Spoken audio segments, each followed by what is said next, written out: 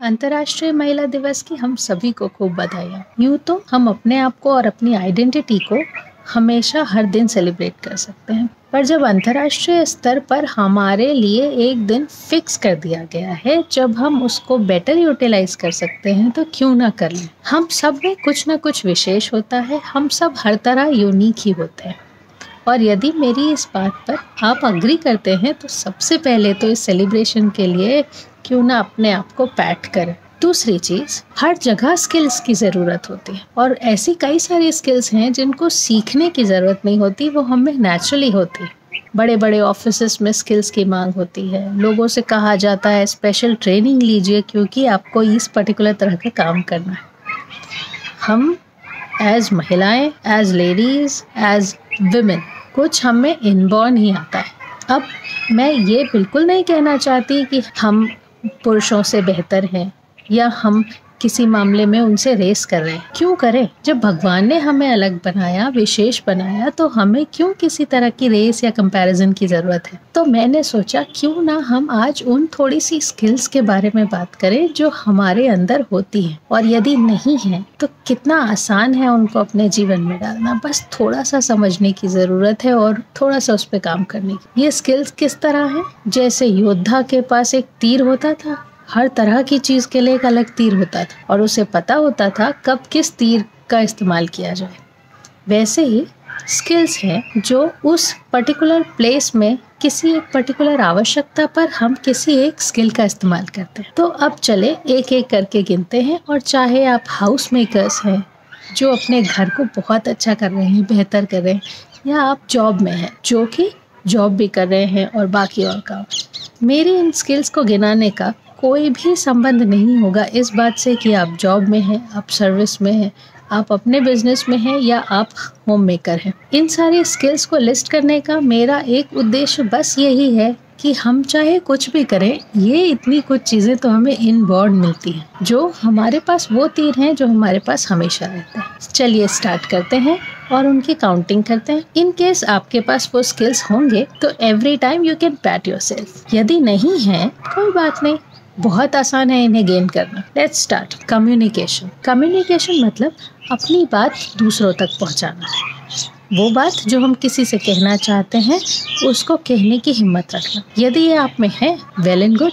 नहीं है तो मेरी ही तरह आप भी अपने इन स्किल्स पे काम करिए। जैसे मुझे किसी दिन सफलता ज़रूर मिलेगी, आपको भी किसी दिन सफलता ज़रूर मिलेगी। बस ये है कि थोड़ा सा उस पर कॉन्शियस होके मेहनत करने की ज़रूरत है। दूसरी चीज़, टीम वर्क। टीम वर्क क्यों ज़रूरी है? ऑफिस में टीम वर्क इसलिए ज़रूरी होता है क्योंकि लोगों को अलग अलग डिपार्टमेंट्स को एकजुट होकर एक साथ काम करना होता है। घर में टीम वर्क की क्या ज़रूरत है? घर में तो आप ही सारे काम कर। नहीं, घर में भी यदि टीम वर्क हो जाए तो आप बेहतर तरीके से अपने काम को पूरा कर सकते हैं। अभी जब आप अकेले पूरा काम संभाल रहे हैं, एक पॉइंट के बाद आप दिन में थक जाती हैं, पर यदि आपका काम आपका घर का हर मेंबर एज टीम आपके साथ बांट लेगा तो ये काम आपके लिए आसान हो जाएगा। अगली बात, प्रॉब्लम सॉल्विंग। ये तो हम सबको आती है।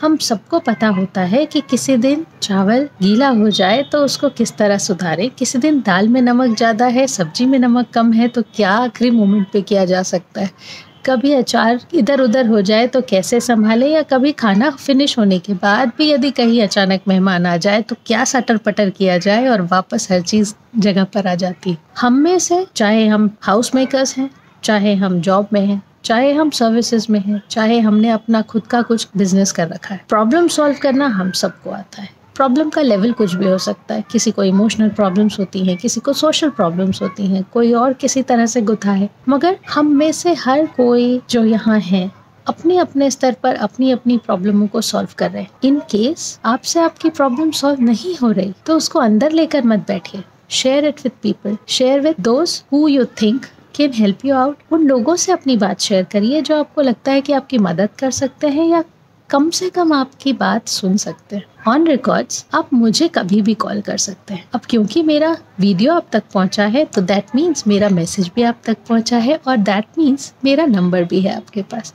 सो feel free, if you think you want to share something with me, I am always there for you. Time management, यदि ये स्किल आपके पास है तो मान लीजिए कि आपने सब कुछ करने से पहले ही कंप्लीट कर लिया, तो मान लीजिए आपका पूरा होमवर्क डन है। टाइम मैनेजमेंट यदि आपको आता है तो आप अपने काम टाइम पे कर लेते हैं, आपके बाकी कोई चीज़ ऐसी आधी अधूरी नहीं छूटती। आप अपने आप को भी समय देने के लिए समय निकाल लेते हैं। पर यदि आपको लग रहा है कि टाइम की कमी है तो कोई प्रॉब्लम नहीं है, सबसे इजी टास्क होता है, ये सबसे आसानी से सीख लेने वाला स्किल है डिसीजन मेकिंग। कभी कभी डिसीजन मेकिंग हमारे हाथों में नहीं होता, अब जब नहीं है तब तो हम कुछ नहीं कर सकते, पर जब डिसीजन ले सकना हमारी क्षमता के अंदर है और डिसीजन नहीं ले पाने की सोच भी हमारे दिमाग के अंदर है, तो हम इसके साथ वर्कआउट कर सकते हैं। कई बार कई चीज़ें ऐसी होती हैं जो हमें लगता है हम डिसीजन लेने के लिए काबिल नहीं है या हम वो डिसीजन नहीं ले पाएंगे, पर एटलीस्ट ट्राई तो करिए, एटलीस्ट उसका थोड़ा होमवर्क तो करिए, ये बहुत आसानी से हो जाएगा। तो if you have the skill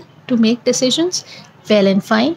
यदि आप वो डिसीजंस नहीं ले पाते हैं, यदि आपको लगता है ऐसा कि मुझ में डिसीजन लेने की क्षमता नहीं है, तो मैं बस आपको ये कहना चाहूँगी वो क्षमता है सबके अंदर। कुछ ने जान लिया है, कुछ नहीं जानते। ऑर्गेनाइजेशन, चीज़ों को सही जगह पर रखना, जहाँ से उठाया है वहाँ रखना, हर चीज़ के लिए एक निश्चित जगह बना देना, ये तो हमें बहुत आसानी से आता है। घर में जब सोफे पे कुशन जगह पर रखा है तो हमें अच्छा लगता है, यदि यहाँ वहाँ है तो हमें मालूम भी नहीं पड़ता, हम यूं ही आदतन चीज़ों को उठाते हैं और सही जगह पे रख देते हैं। पर जब कभी दूसरे नहीं कर पाते तो ये इतनी इम्पोर्टेंट स्किल है कि ये हमारे पास है और हम चाहते हैं कि हमारे आसपास भी आए। तो यदि आपके आसपास ये स्किल आपने पहुँचा दी है, then you are one of the best organiser ever. पर यदि ये आपके ही पास है और आपकी फैमिली में बाकी लोगों तक नहीं पहुंची है, तो आज से इसको स्प्रेड करना चालू करिए। आज से अपने अलावा अपने फैमिली मेंबर्स को भी चीज़ों को ऑर्गेनाइज करके सही जगह पे रखने के लिए आप प्रेरित कर सकते हैं। स्ट्रेस मैनेजमेंट, टेंशन होता है हमें, कई बार चीज़ों का प्रेशर रहता है, हम कई बार चीज़ों को समझ नहीं पाते, गुस्सा आता है, कभी रोना आता है, कभी हंसी आती है, कभी तैयार होने का मन होता है, कभी नहीं होता है। तो जब तैयार होने का मन होता है हम हो जाते हैं, जब नहीं होता है नहीं होते हैं। हंसने का मन होता है हम हंस देते हैं, पर जब रोने का मन होता है तो हम क्यों छुपाते हैं? जब गुस्सा करने का मन होता है तो वो गुस्सा हम खुद पे क्यों उतारते हैं या अपने से घर के छोटों पे क्यों उतारते हैं? इस चीज़ को मैनेज करना इम्पोर्टेंट है। तो जब आप अपने स्ट्रेस को पहचान लेंगे तो उसको मैनेज करना आसान होगा, और वो पहचान तब आएगा जब आप समझ जाएंगे कि उस स्ट्रेस का कारण क्या है। इन केस आप में से किसी को लगता है कि स्ट्रेस को मैनेज करना या पहचानना आपके लिए अकेले थोड़ा मुश्किल हो रहा है, again I will tell, I am there only a call away. मुझे कॉल कर लिए, I will be there to help you out, I will be there to guide you. Adaptability, इसमें तो हम लोगों से बड़ा उस्ताद कोई होता ही नहीं। हम जहाँ जाते हैं उन स्थितियों के हिसाब से खुद को ढाल लेते हैं। हमसे जिस चीज़ की मांग की जाती है हम उसके हिसाब से खुद की आदतों को बदल लेते हैं। लोग यदि हमसे चाहते हैं कि हम उनके हिसाब से काम करें तो हम उस तरह भी उपलब्ध होते हैं। तो हमारे पास अपने एनवायरनमेंट, अपने आसपास की जगह और परिस्थिति और डिमांड को देखते हुए बदलने की खूब क्षमता होती है। पर बस ये थोड़ा सा समझने की बात है कि कहीं ऐसा तो नहीं हम इतना बदल रहे हैं, इतना बदलते जा रहे हैं, इतना बदलते जा रहे हैं खुद को, कि फिर हम एक दिन यदि खुद पर झांके तो हम खुद को नहीं पहचान पाए। अपने आप को, अपनी पहचान को, जैसा आपको भगवान ने बनाया है, जो आपका सबसे सुखद सरल रूप है, उसको मत खोइए। कॉन्फ्लिक्ट मैनेजमेंट, ये कई बार होता है, कई घरों में होता है, हम सबके सेटअप में होता है। दो तरह की चीजें हैं, समझ नहीं आ रही क्या ज्यादा उचित है, ये करना सही है या वो करना ठीक था, मैंने जो किया वो सही होगा या जो सामने वाला कह रहा है वो ज्यादा उचित है। इन चीजों का मैनेजमेंट, अपने आसपास वालों की लड़ाई झगड़े, दो लोगों के झगड़ों को शांत करना, बच्चों के बीच के लड़ाई झगड़े समेटना, खुद के अपने घर वालों से लड़ाई झगड़ों को संभाल कर, समेट कर शांत रखना, ये सब तो हम सब ने कहीं ना कहीं किया है। ये भी हम में ऐसी चीज है जो हम सबको आती है। इन केस आपको लगता है यहाँ पर आप में थोड़ा ऐसा है कि आप चीज़ों को अपनी उम्मीद के हिसाब से नहीं समेट पा रहे या आप अपने हिसाब से अपने काम को नहीं कर पा रहे, बहुत इजी है, यू विल ट्राई और आपसे हो जाएगा। लीडरशिप, कुछ लोग सोचते हैं कि वो लीडरशिप क्वालिटीज़ उनके पास हैं और कुछ को लगता है कि वो कभी किसी चीज़ को लीड कर ही नहीं सकते, वो कभी किन्हीं कामों को अपने आप कर ही नहीं सकते। वो इसलिए लगता है क्योंकि हम सोचते हैं कि हम में कुछ कमी है। लॉकडाउन में ही देखिए, उसके पहले किसने सोचा था हम उस तरह रह सकेंगे जिस तरह हमने पूरा साल निकाल दिया। तो जो हम ठान लेते हैं वो हो जाता है, जिसको हम समझ लेते हैं कि हम संभाल लेंगे वो हम कर लेते हैं। यही चीज कितना अच्छा हो यदि हम अपने बच्चों को सिखा लें, हम अपने आसपास के छोटे लोगों को, बड़े लोगों को सिखा लें। सुधार की जरूरत है, बी द लीडर, खुद ही लीड करिए, खुद ही अपने आसपास की चीजों को सुधारिए, खुद ही ऐसे आसपास जो दिख रहा है, जो चीजें बदलनी चाहिए, जो नियम कानून थोड़े बदलने चाहिए, जो व्यवहारों को बदलना चाहिए, खुद ही लीड करिए। वो अपने आसपास के वातावरण को खुद ही सुधारिए। क्रिएटिविटी, इसकी क्या बात करें। भगवान जी को पूजा करते समय सजाने से लेकर दिया लगाना, रंगोली लगाना, पूजा की थाल सजाना और ऐसे कितनी सारी चीजें हैं जो आप बहुत क्रिएटिविटी से कर लेते हैं। यही क्रिएटिविटी हमें अपने आसपास पहुंचानी। जब आप गुस्से में हैं, जब आप अपना स्ट्रेस नहीं मैनेज कर पा रहे, हर उस टाइम यदि आप अपने आप को डाइवर्ट करने के लिए, अपने स्ट्रेस को कम करने के लिए अपनी हॉबीज का इस्तेमाल करेंगे, अपनी अंदर की क्रिएटिविटी को लाएंगे, अपना दिमाग दूसरी तरफ लगाएंगे, तो ये आपके लिए बहुत हेल्पफुल होगा। रिसोर्सफुलनेस, अलग अलग तरह के फंक्शन हम समाज में अलग अलग समय पे कर लेते हैं और उस 2 दिन 4 दिन में कैसे सारी चीजें अचानक इकट्ठी हो जाती हैं। किसी के घर से कुछ, किसी के घर से कुछ, कहीं से कुछ आ गया, कहीं से कुछ उठा लिया, पर सामान तय हो गया। स्कूल में बच्चों के फंक्शंस होते हैं तो किसी के यहाँ से चुन्नी आई, किसी के यहाँ से घुंघरू आए, किसी के यहाँ से माला आ गई, किसी के यहाँ से फूल आ गए, पर सारा कुछ बिल्कुल रेडी। वो मोमेंट इसलिए फलीभूत हो पाता है क्योंकि अचानक कहीं से हम सबके अंदर वो रिसोर्सफुलनेस आ जाती है कि हमें समझ में आ जाता है कि क्या चीज़ कहाँ से उठाई जाए, जुगाड़ किया जाए। जुगाड़ कहना इसके लिए एक ऐसा वर्ड है जो हर किसी को समझ में आएगा। परसुएशन एक ऐसी आदत है, यह एक ऐसी स्किल है जो बहुत जगह बहुत कमाल की है। किसी से कभी कुछ करवाना है, उसे याद दिलाने की आदत, उसे फॉलो अप करने की आदत, और कभी कभी कह सकते हैं कि पीछे पड़ने की आदत, ये भी बहुत जरूरी है।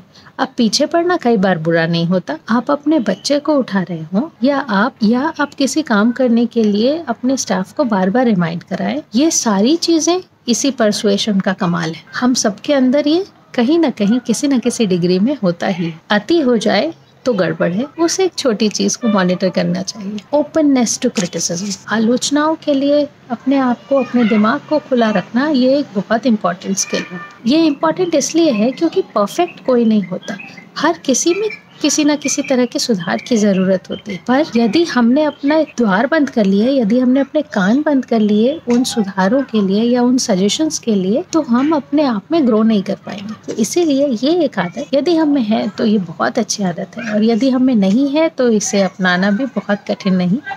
यदि कई बार कुछ लोग हमें कहें कि इन चीज़ों पे सुधार की ज़रूरत है, तो उसे बिल्कुल कोशिश करना चाहिए, क्योंकि सामने वाला आपको इसलिए नहीं सुधार रहा होता, इसमें मज़ा आती है। हो सकता है कुछ लोगों को आती है, मगर ज़्यादातर लोग इसलिए आपको सलाह देते हैं क्योंकि वो आपके भले की सोचते हैं, या उन्हें लगता है हो सकता है हमारी कही गई बातें, हमारा किया गया ऑब्जर्वेशन आपके किसी काम का हो। अब ये इतनी सारी बातों के बाद एक बहुत इम्पॉर्टेंट स्किल जो मैं आप लोगों से कन्वे करना चाहूँगी, जो एक ऐसा तीर है जो आपकी तरकश में ज़रूर होना चाहिए, यदि आप पेरेंट हैं तो भी, यदि आप एक इंडिविजुअल हैं तो भी। जब हम 9th 10th 11th 12th में होते हैं तो हमारे लिए सबसे बड़ी जीवन की समस्या होती है कि 10th के बाद, 10वीं के बाद कौन सा सब्जेक्ट लिया जाए, किस तरह की पढ़ाई की जाए, कहाँ कॉलेज मिलेगा, कैसी नौकरी मिलेगी और क्या होगा आगे। अब ऐसे में हमको जो सलाह दूसरों से मिलती है, या बड़े होने के बाद जब हम दूसरों को सलाह देते हैं, तो आमतौर पर यदि हमारे जैसे कस्बों में यदि रहने वाले लोगों की बात करें, आमतौर पर तो हमारे पास 3-4 चॉइसेस होते हैं। साइंस लेगा कोई तो डॉक्टर बनेगा, मैथ्स लेगा तो इंजीनियर बनेगा, आर्ट्स लेगा वकील बनेगा। और इनमें से यदि आप डॉक्टर, इंजीनियर या वकील नहीं बन पाए तो हर वो इंसान टीचर बनेगा। कई बार ये सही है कि आप इन पोजीशंस में आते हैं, मगर एज पेरेंट्स या एज सीनियर्स या एज भाई बहन किसी भी तरह के मार्गदर्शक होने के नाते क्या हम अपने लिए और अपने घर के बच्चों के लिए ये कर सकते हैं कि हम उनको इससे ज्यादा चीजों की जानकारी दे पाए। मैं जब छोटी थी तो मुझे भी इन्हीं 4 चीजों की गिनती आती थी, डॉक्टर, इंजीनियर, वकील, कुछ नहीं तो आपको घर बैठना पड़ेगा। पर ऐसा नहीं है, दायरा इतना छोटा नहीं होता। बड़े शहरों में लोग ज्यादा चीजें जान पाते हैं, छोटे शहरों में बस क्योंकि हमारे पास बताने के लोग नहीं होते या हम उतनी अपॉर्चुनिटीज को देख नहीं पाते, इसलिए हमें पता नहीं होता। तो आज मेरा जो आखिरी स्किल जो मेरा रिक्वेस्ट है कि सारे पेरेंट्स के पास होना चाहिए, वो ये छोटा सा स्किल है कि हम अपने बच्चों को इस चीज़ के लिए गाइड कर सके कि आगे किन सब्जेक्ट के साथ क्या क्या आपके पास अपॉर्चुनिटी है, या फिर कम से कम हम अपने बच्चे को उन प्लेटफॉर्म्स तक पहुंचा सकें, उन लोगों तक पहुंचा सकें जो उनका मार्गदर्शन कर सके। ये सारी बातें इस लास्ट पॉइंट की मैं इसलिए आपके सामने रख रही हूँ क्योंकि एज पेरेंट कोच मैंने ये देखा है कि कई बार बच्चे इस पॉइंट पे घबराते हैं कि हमें आगे क्या करना है और उनको सही चीज़ों का सही मार्गदर्शन नहीं मिलता। ऐसे ही कुछ और केसेस मैंने देखे जब आप एक 30-35 साल के इंसान को इस चीज़ के लिए पछताते हुए देखते हैं कि मुझे काश मैं वो कर पाता जो जिसके लिए मैं बना हूँ। मेरी नौकरी लग गई है, मैं काम कर रहा हूँ पर मैं अपने काम को एंजॉय नहीं कर पा रहा। इस पॉइंट पे आने के बाद लोग अपने आप को क्वेश्चन करते हैं कि मैंने वो क्यों नहीं किया जो मैं करना चाह रहा था, काश मैं यहाँ नहीं होता, काश मैं ये नहीं करता, काश मैं कुछ और करता। हो सकता है हम सब में से भी कुछ लोग ऐसे हों जो इस पॉइंट पे आज भी सोचते हो कि काश मैंने ये सब्जेक्ट ना लिया होता, काश मैंने वो दूसरी लाइन चुनी होती। एज करियर स्ट्रेटेजिस्ट ये एक चीज़ मैं आपके साथ बांटना चाहूँगी, करियर को चूज करने की कोई एक पर्टिकुलर एज नहीं होती। लोग कितने भी बड़े हो जाए वो अपने लिए करियर्स बदल सकते हैं, मगर करियर चूज करने की या अपने लिए करियर सेलेक्ट करने की सबसे अच्छी एज होती है वो विद्यार्थी जीवन, जब आप 8th 9th 10th 11th 12th में हो, जब आपके हाथ में वो चॉइस रहती है, जब बाद में लिए गए निर्णय के कारण आपके कुछ साल खराब नहीं होते। या मान लीजिए कि आपने पूरी पढ़ाई कर ली, आप ग्रेजुएशन कर लेते हैं, फिर आपको अचानक पता चलता है कि 12th बेस पे तो कुछ और एग्जाम दिया जा सकता था, 12th बेस पे कोई और सर्टिफिकेशन किया जा सकता था जिसके बाद शायद नौकरी के लिए इतनी भागदौड़ नहीं करनी पड़ती, शायद नौकरी हमारे को चूज करना आसान पड़ता। तो बाद में पछताने से वो 3 साल 4 साल यूज कर लेने के बाद, वो फीस लगा देने के बाद, वो टाइम लगा देने के बाद जब ये वाला मोमेंट आता है कि अरे मुझे काश ये पहले पता होता, तो बच्चे के अंदर ये बात बैठ जाती है। आपके कमाए हुए पैसे, आपके बच्चे का समय, ये दोनों चीजें बहुत इंपॉर्टेंट हैं। तो अपने लिए और अपने बच्चे के लिए इस एक चीज पे जरूर काम करिए। करियर स्ट्रेटेजिस्ट होने के नाते ये एक चीज मैं आपको बता सकती हूँ कि कई इस तरह के साइकोमेट्रिक टेस्ट होते हैं, कई इस तरह के असिस्टेंस देते हैं लोग, जिससे आपको और आपके बच्चे को उसके आगे के करियर को चुनने की धुंध थोड़ी कम हो जाती है। मतलब वो 10 चीज़ों में कंफ्यूज नहीं होता, उसके पास वो 2 से 3 तरह के लाइन सामने दिखती हैं कि जो उसके व्यक्तित्व के हिसाब से, उसके स्किल्स के हिसाब से बेस्ट होगी, फिर वो उसको चूज करके आगे बढ़ सकता है। अब मैं आपको ये बताऊं, ये सारी स्किल्स जिनका मैंने नाम लिया, ये वो कुछ बेसिक चीजें हैं जिसको लोग किसी भी इंडस्ट्री में एक महिला को वर्किंग होने के लिए कम से कम इन खास चीजों की जरूरत है। तो देखिए, आप कहीं भी काम करें, आप घर में काम करें, आप बाहर काम करें, आप हाउस मेकर हैं, ये सारी चीजें हम सब में हैं। जब हम सब में हैं, कई बार हमें ये पता होती है, कई बार हमें ये नहीं पता होती, मगर अब आज से यदि आप मुझे सुन रहे हैं तो आपको मालूम है कि ये सब कुछ आप में है। यदि नहीं है तो काम करिए और ये सब आसानी से आपके पास आ जाएंगे, और यदि हैं तो क्यों ना यही चीजें हम अपने आसपास के लोगों में भी सिखा दें, ताकि एक समाज के तौर पर हम सब बढ़ सके, हम सब ग्रो कर सके। इस उम्मीद के साथ कि यदि कोई ऐसी चीज है जो कहीं सुधार की जरूरत है मुझ में, तो please convey to me. I just want to say once again, हम सबको अंतर्राष्ट्रीय महिला दिवस की शुभकामनाएं। इसलिए नहीं क्योंकि ये एक दिन हमें कैलेंडर में दिया गया है, पर इसलिए कि इस पिछले आधे घंटे में अपने संयम से मेरी बातों को सुना,